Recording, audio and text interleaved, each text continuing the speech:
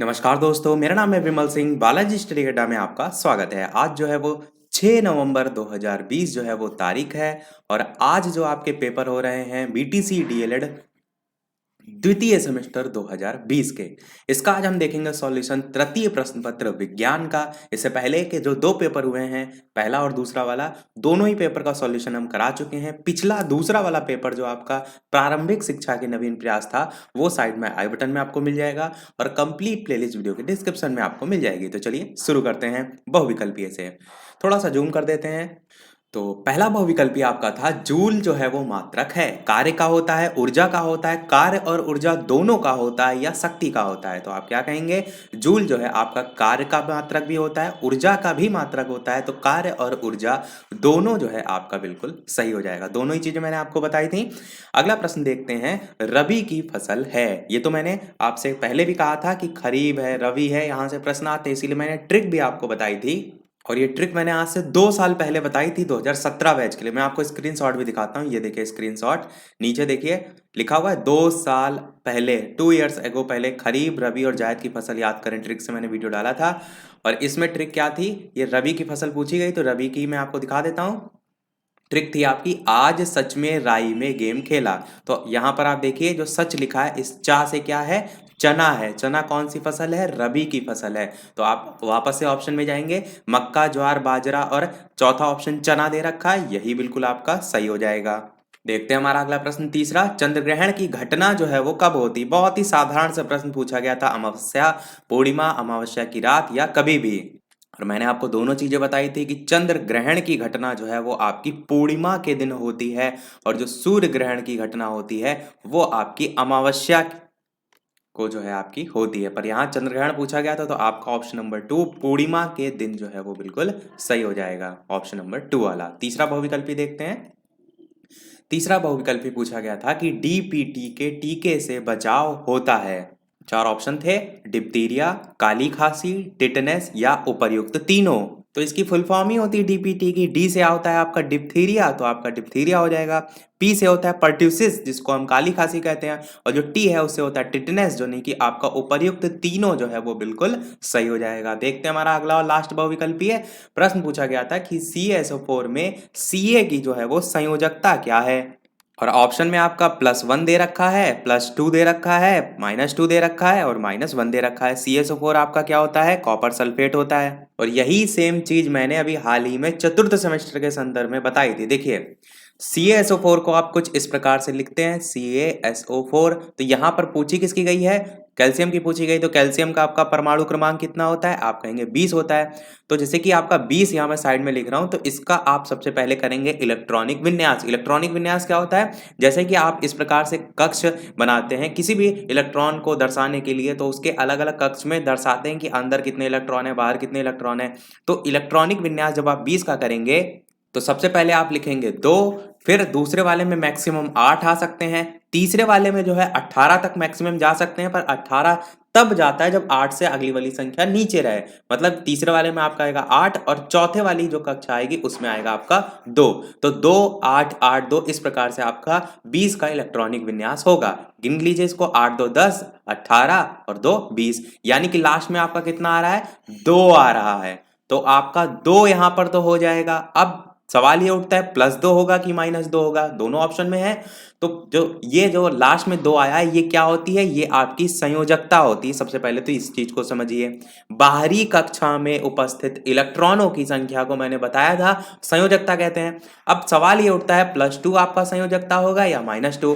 तो मैंने क्या कहा था कि जो बाहरी वाला कक्षा होता है, ये हमेशा अपना जो पूरा उसका क्राइटेरिया होता है उसको फुल करने की जो है वो चेष्टा करेगा, यानी कि कोशिश करेगा। तो ये 8 तक पहुंचने के लिए क्या करेगा?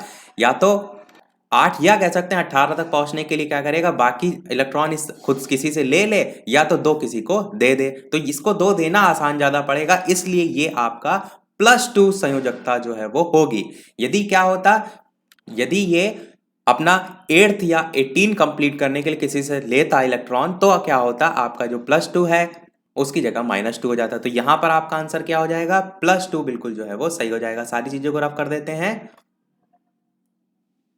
तो यहाँ पर आपका ऑप्शन नंबर 2 +2 सही हो जाएगा। देखते हैं अब अति लघु प्रश्न। इसके अलावा वीडियो पसंद आए तो सभी लोग वीडियो को लाइक अवश्य कर दीजिएगा। देखिए मैं केवल आंसर नहीं बता रहा हूँ, आपको मैं एक्सप्लेनेशन इसलिए दे रहा हूँ कि आगे भी कभी इस प्रकार का प्रश्न आए तो आप करके आए उस प्रश्न को, क्योंकि अभी आप सेकेंड सेमेस्टर में हैं, आपको थर्ड सेमेस्टर के पेपर देने हैं, फोर्थ सेमेस्टर के पेपर देने हैं, तो मैं अपनी तरफ से पूरी अच्छी से अच्छी कोशिश करता हूँ कि सभी की पूरी तरीके से हेल्प हो, खाली आंसर ना हो, साथ ही साथ और भी चीजें आपको आए। तो सभी लोग वीडियो को लाइक कर दीजिएगा, मुझे भी मोटिवेशन मिलता रहे। देखते हैं हमारा अति लघु प्रश्न नेक्स्ट। छठा, नाभिकीय ऊर्जा किसे कहते हैं, इसका उपयोग क्या है? तो बहुत ही सिंपल सी इसकी डेफिनेशन होती है, आप क्या कहेंगे, नाभिकीय विखंडन से प्राप्त जो ऊर्जा होती है उसको हम नाभिकीय ऊर्जा के नाम से जानते हैं। इसका यूज कहां किया जाता है, तो परमाणु भट्टी द्वारा विद्युत ऊर्जा उत्पादन करने में किया जाता है। परमाणु भट्टी वगैरह शायद तृतीय सेमेस्टर में है, तो आपको लिखना था 2 लाइन में लगभग, क्योंकि अति लघु में आया था, तो आप कहेंगे इसका उपयोग परमाणु भट्टी द्वारा विद्युत ऊर्जा उत्पादन करने में किया जाता है। 7वां प्रश्न देखते हैं, प्रथम वर्ग के उत्तोलक को उदाहरण सहित परिभाषित कीजिए। मैंने क्या कहा था आपसे कि उत्तोलक से एक प्रश्न 200% जरूर आएगा, और आ गया देखिए, क्योंकि वो आपका एक एग्जामिनर जो इन्होंने बना कर रखा है, चाहे वो अति लघु में दे चाहे बहुविकल्पी में। तो आप क्या कहेंगे प्रथम श्रेणी के उत्तोलक को लेकर, कि इस प्रकार के उत्तोलक में आलंब जो है वो बीच में होता है और इसके एक और भार और दूसरी ओर जो है, और दूसरी ओर आपका आयास होता है। तो आप कुछ इस प्रकार से भी इसको कह सकते हैं क्या, कि प्रथम श्रेणी के उत्तोलक में आलंब F, आयास E तथा भार W के बीच में होता है। मैंने पूरा ट्रिक से आपको बताया था, एक वीडियो उत्तोलक का स्पेशली सेकंड सेमेस्टर के लिए बनाया था मैंने बहुत पहले, तो वो मैंने ट्रिक से बताया था, उसको आप एक बार देख लेंगे आराम से इसको कर ले जाते हैं। अब देखिए इसमें एग्जाम्पल भी आपको लिखना था, लिखा है ना कि उदाहरण सहित परिभाषित कीजिए। तो उदाहरण में आप क्या लिखेंगे, कैंची हो गया आपका, तराजू हो गया, हैंडपंप हो गया, कोई भी लिख सकते थे। अगला देखते हैं 8वां प्रश्न, जल में घुलनशील और वसा में घुलनशील विटामिन। ये तो मैंने कितनी बार ट्रिक आपको बताई है, पर प्रश्न में क्या पूछा गया है, प्रश्न में उदाहरण पूछे गए हैं, ये नहीं पूछा गया विटामिन कौन सी होती है। देखिए मैंने ट्रिक क्या बताई थी कि कीड़ा याद रखिए, कीड़ा जानते हैं, कीड़ा ये आपका क्या होता है, ये वसा में घुलनशील विटामिन होते हैं। विटामिन के, vitamin E, vitamin D, vitamin A, ये वसा में घुलनशील विटामिन होते हैं। और जो बाकी बचे, यहाँ ए हो गया, बचा क्या, बी बचा, और यहाँ डी हो गया, बचा क्या, सी हो गया। तो बी विटामिन और सी विटामिन ये जल में घुलनशील विटामिन होते हैं। इतनी छोटी सी ट्रिक बताई थी, पर प्रश्न में ये नहीं पूछा था, प्रश्न में पूछा था इसके उदाहरण लिखिए। उदाहरण का मतलब है कि जैसे कि जल में घुलनशील विटामिन बी और सी है, तो विटामिन बी के उदाहरण लिखिए। अब विटामिन बी के उदाहरण में क्या आएगा, तो जैसे आपका गेहूं का आटा हो गया, आलू हो गया, नारियल हो गया, दही है, पालक है, इस टाइप की जो चीजें हैं इसके एग्जाम्पल लिखने थे ना आपको। इसी प्रकार विटामिन सी की बात करें तो इसमें सभी खट्टे और रसदार फल आते हैं, जैसे कि आपका आंवला हो गया, नींबू हो गया, संतरा हो गया। तो केवल 2-2 उदाहरण लिखने थे, तो इस प्रकार से इसके आप लिख सकते थे। फिर बात करते हैं कीड़ा में, तो इसमें आपका पत्ता गोभी आता है, सलजम है, चुकंदर है, विटामिन के में, ये सब एग्जाम्पल लगभग एक दूसरे में भी आ जाते हैं। विटामिन ई के उदाहरण में अगर बात करें तो आप कहेंगे इसमें मूंगफली आपका आता है, बादाम आपका आता है। विटामिन डी की बात करें तो इसमें आपका सूर्य की रोशनी सबसे अच्छा स्रोत है, और आपका दूध और अनाज विटामिन डी के भरपूर स्रोत में आते हैं। फिर बात करते हैं विटामिन ए की, तो विटामिन ए में आपका हरी पत्तेदार सब्जियां हो गया, या कह सकते हैं आप आपका अंडा हो गया। तो ये सब चीजें विटामिन ए में आते हैं। तो सभी मैंने आपको बता दिए। प्रश्न में एक बार फिर से पढ़ के बता देता हूँ कि लिखा था कि जो जल में घुलनशील है और जो वसा में घुलनशील विटामिन है उनके 2-2 उदाहरण लिखिए ना। तो फिर केवल ऐसा नहीं है कि आपको केवल विटामिन के नाम लिखने थे, एग्जाम्पल लिखने थे। नेक्स्ट प्रश्न की बात करते हैं, जल प्रदूषण के मुख्य कारण लिखिए, आप लिख सकते हैं, डिस्क्रिप्टिव प्रश्न है। वसा को कितने समूहों में बांटा गया है, तो वसा को मुख्यतः 3 समूहों में बांटा जाता है। कौन कौन सा, पहला आपका होता है जिसे हम कहते हैं संतृप्त, इंग्लिश में हम इसे सैचुरेटेड कहते हैं। दूसरा आपका होता है एकल असंतृप्त, जिसे हम मोनो अनसैचुरेटेड कहते हैं। और तीसरा आपका होता है बहु असंतृप्त, जिसे हम पॉली अनसैचुरेटेड कहते हैं। तो ये वसा के 3 मुख्यतः प्रकार होते हैं, और यही पूछा गया था कितने समूहों में जो है वो बांटा गया है। अगला और इस वीडियो का लास्ट अति लघु है हमारा, एक रिएक्शन आपसे पूछी गई थी, थोड़ा सा क्लियर नहीं है, थोड़ा सा जूम और कर देते हैं। तो यहाँ पर जो आपकी रिएक्शन लिखी है उसको मैं लिख देता हूँ, थोड़ा सा क्लियर नहीं है। ये लिखा हुआ है CaCO3 और फिर लगा है आपका फिर 2HCl, ये आपका क्या बनेगा ये आपको बताना है। थोड़ा सा जूम आउट कर देते हैं ताकि लिखते बने। ये आपका जो है वो प्रश्न है। अब देखिए क्या बनेगा।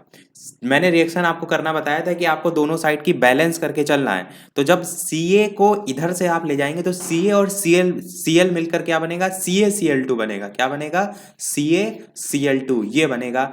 कैल्शियम इधर आएगा और इसका वाला Cl आएगा। अब यहाँ पर प्लस लगाएंगे और मुक्त क्या होगा, तो H2O जो है वो मुक्त होगा। अब यहाँ पर आप सारी चीजें गिन जरूर लीजिए। Ca यहाँ पर एक है, यहाँ पर भी Ca एक है, बिल्कुल सही है। Cl2 यहाँ पर 2 है, यहाँ पर जो Cl इसके मल्टीप्लाई में 2 है, यानी कि आपका ये वाला 2 अंदर जब मल्टीप्लाइड होगा तो इधर आपके बाएं पक्ष में Cl2 है, इधर भी आपका Cl2 है, बिल्कुल सही है।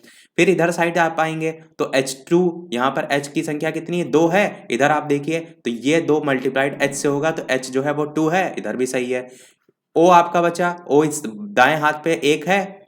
इधर देखिए तो CaCO3 में जो है आपका 3 आपका O दे रखा है। बस अभी आपको ध्यान रखना है कि यहाँ पर O2 और लाना है, तो हम क्या करते हैं, प्लस O2 और यहाँ पर लिख देते हैं। अब देखिए और आगे चीजें, इधर सारी चीजें देख ली। एक चीज और यहाँ पर देखिए कि ये वाला एक Ca तो है, पर ये एक C भी तो आपका बच रहा है जो इस तरफ दाएं पक्ष में कहीं नहीं आया, तो ये इस C के साथ आएगा, यानी O2 के साथ आएगा, यानी कि CO2। थोड़ा सा इसको रफ करके सही से लिख देते हैं, ये आपका आएगा CO2। अब आपकी पूरी रिएक्शन बैलेंस होगी। यहाँ पर भी C देख लीजिए बराबर है, यहाँ पर O2 है, ये वाला O3 मिलकर ये वाला बराबर है, तो ये आपकी पूरी रिएक्शन होगी। क्या बनेगा, CaCl2 plus H2O plus CO2, ये आपका बनेगा। ये एरो जो है नहीं आपको लगाना है, ये तो मैंने आपको बताया है। ये आपका बनेगा CaCl2 plus H2O plus CO2। तो सारे हमने प्रश्न देख लिए। अब हम देख लेते हैं लघु उत्तरीय प्रश्न में आए कौन कौन से थे। सॉल्यूशन हम उनका नहीं देख रहे हैं क्योंकि सब आपके थ्योरी बेस्ड हैं।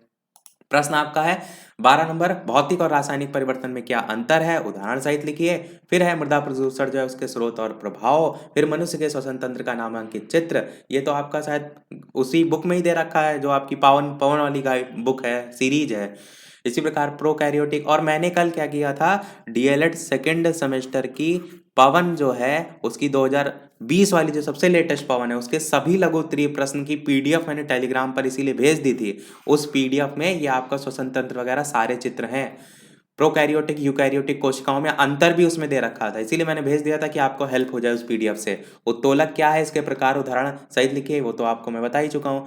फिर क्या है, निम्नलिखित के सूत्र एक एक का उपयोग लिखिए। विरंजक चूर्ण, बेकिंग सोडा, धावन सोडा, 3 चीजें पूछी गई थी। और संतुलित आहार क्या है, मनुष्य के लिए संतुलित आहार क्यों आवश्यक है। तो सारी चीजें मैंने बता दी। चलिए ये मैं आपको और बता देता हूँ, 17 नंबर हो सकता हो ये आप ना कर पाए। तो जो विरंजक चूर्ण होता है इसका जो आपका नाम होता है वो होता है ब्लीचिंग पाउडर। इसका जो रासायनिक नाम होता है वो होता है कैल्शियम ऑक्सीक्लोराइड, और इसका सूत्र होता है CaOCl2।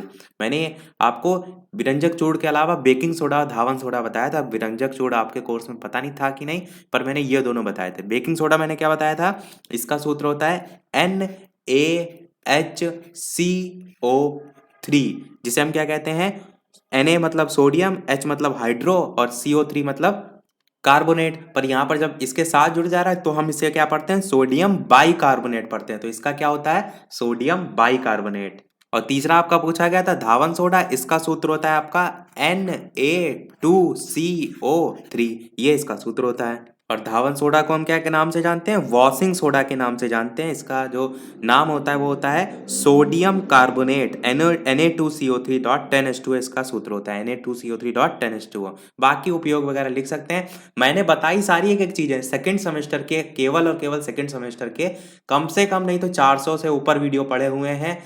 आप मेरे पूरी प्लेलिस्ट में आप जाकर देखेंगे, क्योंकि 2017 बैच, फिर 2018 बैच, सब लाइन से आपकी तैयारी चल रही है। सेकंड सेमेस्टर से ही मैंने स्टार्ट किया था।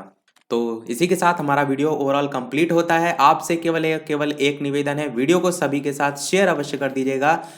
सबसे फास्ट मैं आपको सॉल्यूशन दे रहा हूं, तो आपका छोटा सा फर्ज बनता है कि सभी तक वीडियो को पहुंचाइए। ये वीडियो आप 4 बजकर लगभग 15 मिनट या 4:30 के आसपास ही मैं जो है रखता हूँ। रीज़न इसका है कि 4 बजे आपका पेपर छूट जाए और तब ही आप पेपर जो है वो देख पाएँ। और इसके अलावा वीडियो पसंद आया हो तो सभी लोग वीडियो को लाइक अवश्य कर दीजिएगा, ताकि इसी प्रकार आगे भी जितने पेपर हो मैं आपको अच्छे से अच्छे तरीके से सॉल्व कराऊं, अच्छे से अच्छे तरीके से जानकारी प्राप्त कराऊं। तो मिलते हैं फिर अगले वीडियो में नए टॉपिक के साथ, और चैनल को सब्सक्राइब करना बिल्कुल भी ना भूलिएगा ताकि आगे आने वाला वीडियो आपसे मिस ना हो। तो फिर तब तक के लिए नमस्कार, थैंक यू फॉर वॉचिंग।